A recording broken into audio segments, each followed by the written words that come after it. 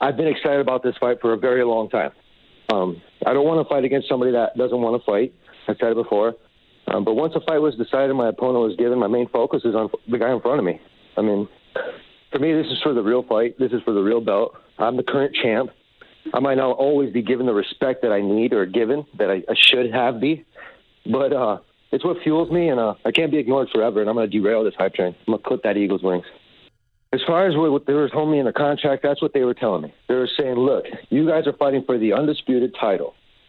That was right before they told me that I was going to fight Conor McGregor. And then just the whole bunch of shit just went down. I was like, you know what? I have management to help me deal with this. But in speculation, what ended up happening was they offered me a fighter that didn't want to fight. I don't know if it was a contract issue or what it was, but the dude didn't seem interested. He doesn't seem interested to the public and to anybody else to defend his belt against the current number one, seriously defending interim lightweight champion. But now I'm the champion because he didn't want to defend it. That's defender vacate, so my campaign actually worked. If I get paid the same and I'm still drawing in my numbers and I have an opponent in front of me that's game, that the fans actually want me to go and fight and compete against and showcase my skills, fuck yeah.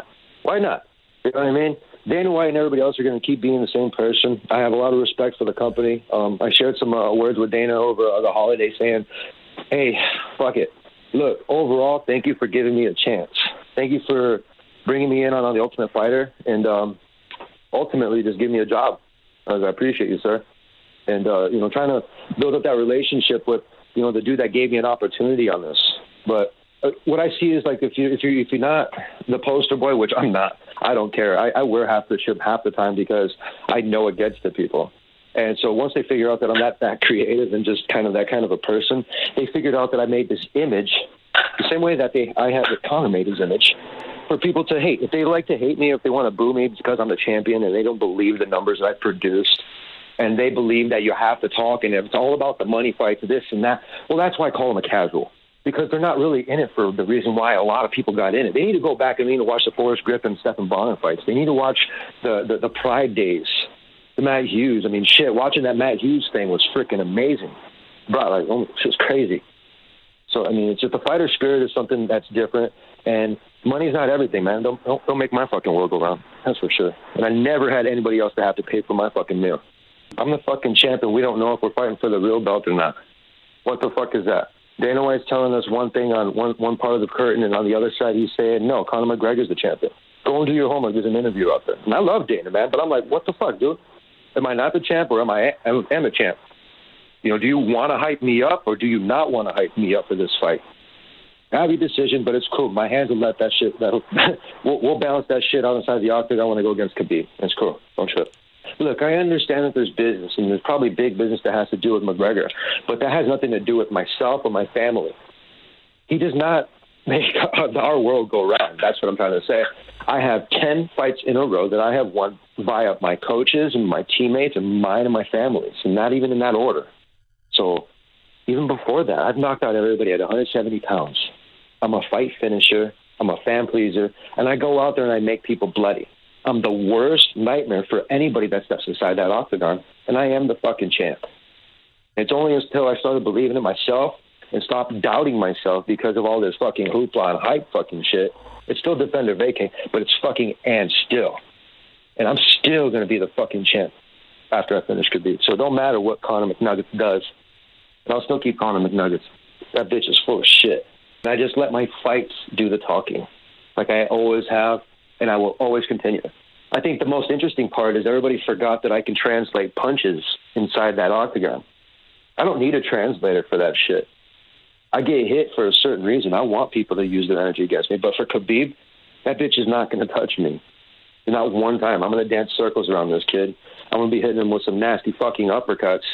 That's going to make him think twice about shooting in on me. And I'm going to hit him with some other things, too, which is going to fucking cut him up. Have you ever seen Khabib cut in a fight? I'm Mexican. And I got some fucking sharp-ass blades on my elbows. So that bitch better think twice about fucking showing his face in front of me, especially inside that cage. Give me your fucking face, dude. I'll hit you with my knee. I'm going to leave you fucking bloody inside of round 1 through 3. Come after me, Uncle Cooey. Fuck it, dude. I'm going to wipe the mop with that hat. That's it. I can't stand this shit. Fucking Khabib be going down. I'm going to derail that hype train, and the time is now. So it's tea time, man. That's Tony tiramisu time. Let's go. Well, I'm faster than Conor, so if that bitch tried to run away, trust me, we saw in the Kakuno fight what happened. So, honestly, I think Khabib is a much more gamer fight. Besides the hype, I have to give I don't know. I like a striker's chance. I mean, I beat a whole shitload of grapplers, and I've just been tying them up and submitting them. So maybe maybe McGregor would be a little bit more game of a fight. I don't know. They're both bitches to me. They're all full of shit, and they have a big-ass hype train that needs to be derailed. So I'm not going to give any of them props.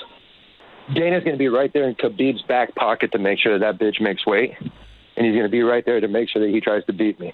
And I'm going to be preparing for 3 to 5 opponents just in case any of that bullshit switch happens. I'm going to make sure that I retain my belt. So, you know how Conor said bring a fucking army? I'm like, dude, fuck your army. I got something better than that.